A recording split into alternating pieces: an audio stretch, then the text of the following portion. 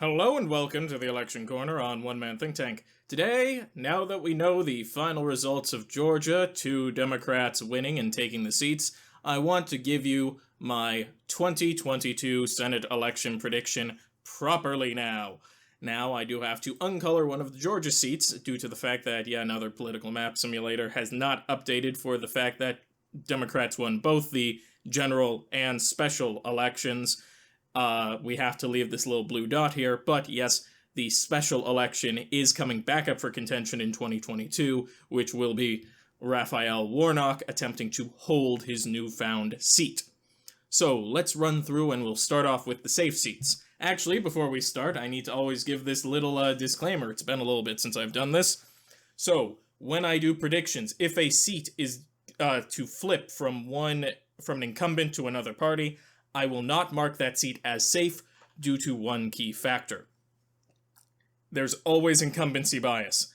A great example of this was Susan Collins back in 2020.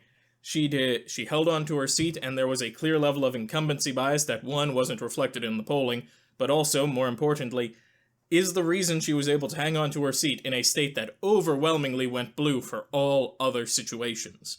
So, now let's dive right in with safe seats.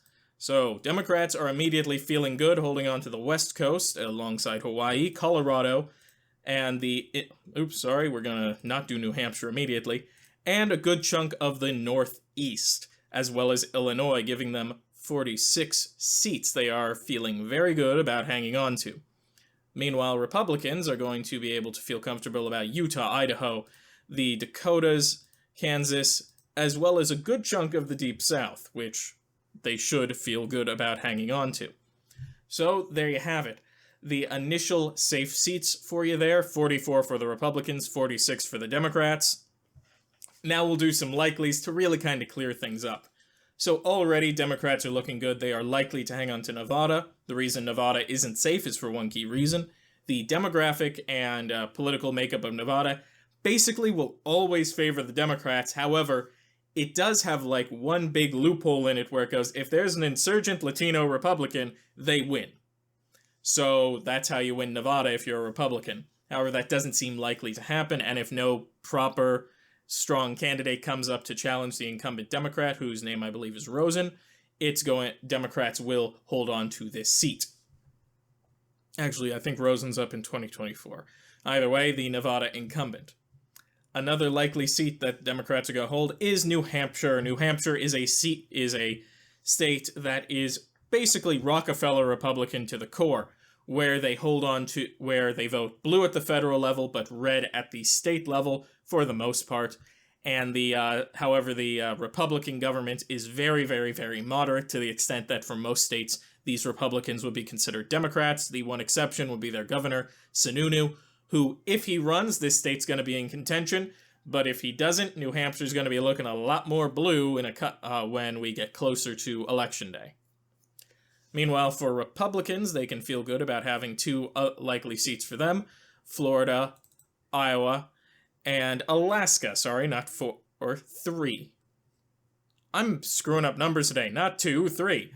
Where they're going to most likely hang on to Alaska, Iowa, and Florida. All 3 of these seats are up in contention, partially due to the fact they are high-profile races. You've got Lisa Murkowski in Alaska, Chuck Grassley in Iowa, and in Florida you have Marco Rubio. But also these states do have a penchant for having Democratic insurgencies. However, these states have voted consistently red for quite a while, so the only reason they're likely right now is pending whoever their Democratic challenger is, such as Nevada and New Hampshire. So if they don't have strong challengers, they're probably going to go safe. If they have strong challengers, we'll have to see. So, in reality, this is more what our map is looking like. Republicans feeling very good about 47 seats. Democrats feeling good about 48. The balance of the Senate hangs in contention. Democrats need to just get 50, meaning they only need to hold their 2 other seats, Arizona and Georgia, to hang on to the government, while Republicans will need to gain at least 1 seat on top of their current 50 if they want to obtain control of the Senate again. So, now we're going to do some lean seats, and then we'll go over the toss-ups. So, leans. For the Democrats, they're going to go in with one obvious lean seat, which is Arizona. Arizona is a state that is actually kind of becoming the bizarro version of New Hampshire in some ways, where they vote very, very moderate Democrats in at the federal level, and then vote very, very right-wing at the state level. However, the Arizona GOP does seem to be suffering some significant problems, which, if they continue in the lead-up to the election, could very well sink the entirety of the state. It could sink the entire state GOP. So keep your eye on that. It also matters if decently popular governor of Arizona, Doug Ducey, does try and run to hold on to try and take over. Probably not going to, given the fact I think he feels more comfortable trying to hang on to his governorship than running against very popular candidate Mark Kelly, but we'll have to see. And another likely seat for the Dems is actually going to be a flip, however, given the fact it's an open seat, it's anyone's game.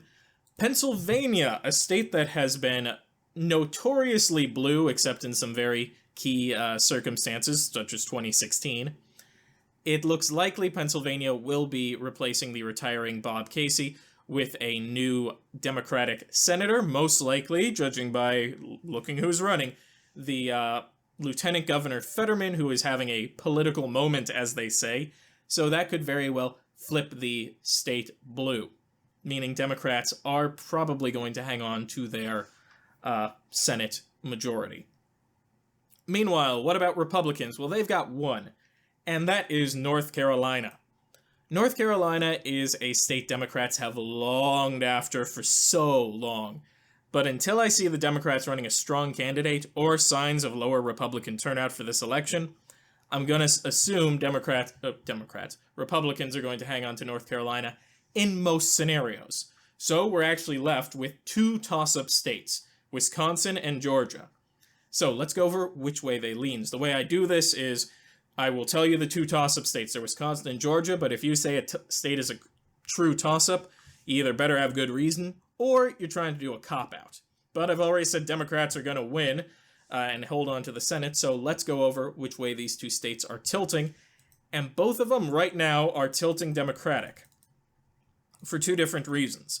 One is due to a strong incumbent. That would be in Georgia, where you've got Raphael Warnock, who is a strong incumbent who actually outperformed Jon Ossoff in the runoff elections, and has already seen a massive spike in popularity and approval in Georgia, as well as his ability to turn out both suburban whites and African Americans, which is the coalition you need to win Georgia right now.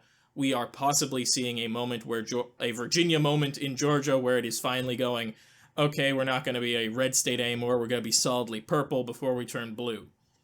As for Wisconsin, it's due to the fact incumbent Ron Johnson has become a very, very, very Trump Republican, and that has not done well as statewide races in Wisconsin, meaning Democrats are slightly favored to take the seat. So, overall, you're left with a final result of Democrats with 52 seats in at least 51% of the scenarios, while Republicans have 48 seats. This election is going to come down to a few smaller seats, which I'm going to go over in another video. So if you like the content, feel free to drop a like and a comment down below. If you want to hear more from the channel, click the subscribe button and the notification bell to be alerted when new content is released. If you want to hear more from me outside of YouTube, I have Twitter at OneManThink101, the Roman numeral, link in the description below. And as always, and most importantly, have a wonderful day.